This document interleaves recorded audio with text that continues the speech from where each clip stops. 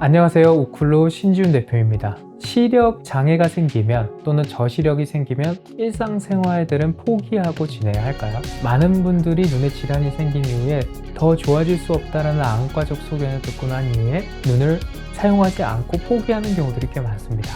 하지만 적절한 도구 교정과 재활을 한다면 충분히 잔존된 시각 기능들을 사용해서 생활하는 것들이 가능합니다. 그래서 저시력 관리는 잘 보이게 만드는 것이 아니라 계속 잘 사용하도록 만드는 것이 목적이 됩니다. 단순히 우리가 시력적인 형태를 구분하는 것에 좀 우리의 눈의 능력들을 이야기하기 때문에 그런데요. 일반적으로 시각 기능들은 다양한 시각 기능들을 얘기합니다. 주변의 시야를 느끼는 것, 중심 시야를 인식하는 것도 포함이 되고요. 그리고 움직임을 구분할 수 있는 움직임 감지도 들어가게 됩니다. 그리고 그 시각적으로 움직임을 느끼고 신체랑 같이 사용하는 시각 신체도 들어가게 됩니다. 그리고 색을 대비도를 구분할 수 있는 색 대비 능력도 들어가게 되고요.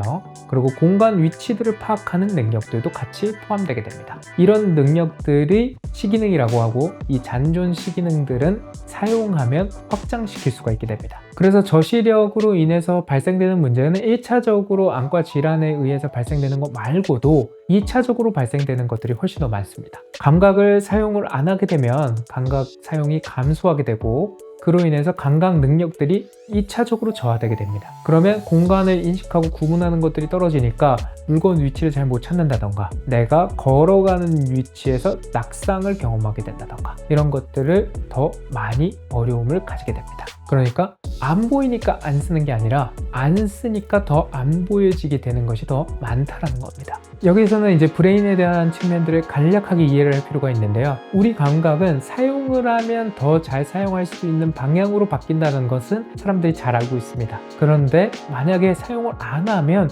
사용하지 않는 방향으로 바뀌어간다는 것은 사람들이 또 잘 모르는 경우도 많은 것 같습니다. 그것의 가장 대표격이 이런 저시력에서의 감각 사용 제한입니다. 그래서 이걸 사용하지 않게 되면 어떤 문제들이 생기냐면 그냥 시력적으로 잘 안 보이는 것에 대한 문제만 남는 것이 아니라 공간에 대한 인식이 떨어지게 되고 신체를 같이 사용하는 것들이 떨어지게 되고 균형적인 문제도 같이 발생하게 됩니다. 그래서 저시력 관리에서는 가장 중요하게 보는 것은 일단 적절한 도구를 교정하는 거고요. 그 도구 교정으로 눈의 감각을 사용하게끔 하는 겁니다. 그렇게 사용을 하게 해서 재활을 통해서 일상생활에서도 적용하고 감각을 사용하게 하는 것이 저시력 관리의 핵심입니다. 그러면 도구 보정은 어떤 것들로 보정을 하는지를 먼저 살펴보도록 하겠습니다. 일단 첫 번째는 배율 교정입니다. 무조건 크게끔 만들면 잘 보이게끔 할 수 있다 이런 건 아니고요. 각 질환마다 크기를 적절하게 찾는 것이 중요합니다. 그래서 내가 보려고 하는 일상 패턴에 맞는 또 내가 해석할 수 있는 시각 기능에 맞는 배율을 적용하는 게 맞고요. 일상 생활을 할 때 내가 어떤 위치를 보느냐도 또 중요합니다. 거리에 따라서도 배율을 다르게 적용할 수 있기 때문이고요. 안경 도구도 원거리용, 중간거리용, 근거리용 다르게 적용이 가능하기 때문에 그거 역시도 생활하는 패턴이나 내가 원하는 니즈에 맞게끔 배율 교정을 하는 것이 중요합니다. 실제로 관련 연구 자료에서 보면은 원거리에서 물체를 인식하는 훈련을 통해서 운전까지도 가능하게 됐던 저시력 케이스들도 있습니다. 두 번째는 조명입니다. 조명 같은 경우에는 밝기를 어떻게 적용하느냐도 중요하고요.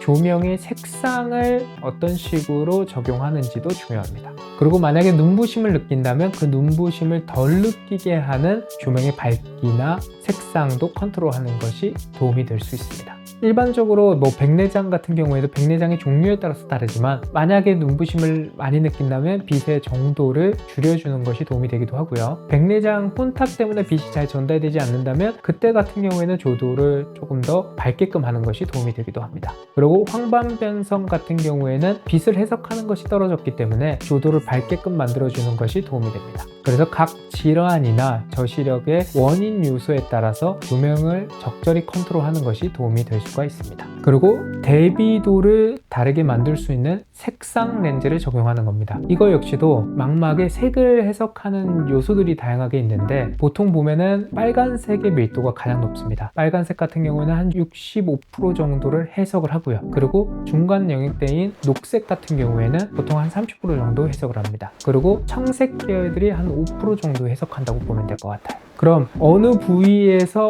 어떤 색감이 손상을 입었는지 다 정확하게 알 수가 없기 때문에 색을 대조하고 비교하면서 대비도가 증진되거나 구분 능력이 높아지는 색감을 선택할 수 있습니다. 그래서 대비 능력을 향상시킬 수 있는 틴트 렌즈를 적용해 볼 수가 있습니다. 그래서 시력이 같아도 대비도가 달라지면 확실히 보는 것에 대한 차이나 낙상을 예방하거나 장애물들을 조금 피해갈 수 있는 것에 대한 도움을 줄 수가 있습니다. 그리고 재활적으로도 접근을 해볼 수가 있는데요.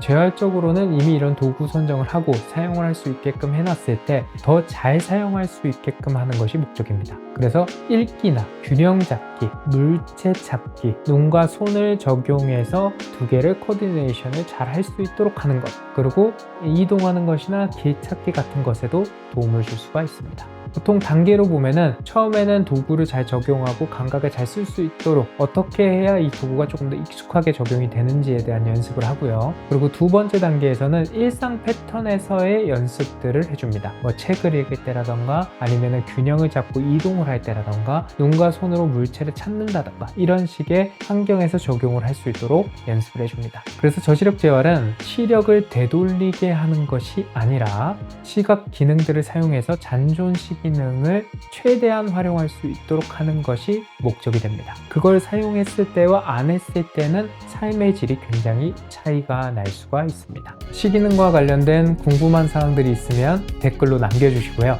매주 시기능과 관련된 영상을 올려드릴 테니 구독과 좋아요, 알람 설정을 부탁드립니다. 눈으로 보는 모든 순간이 편안해지도록 오클루가 함께 하겠습니다. 감사합니다. 신지훈이었습니다.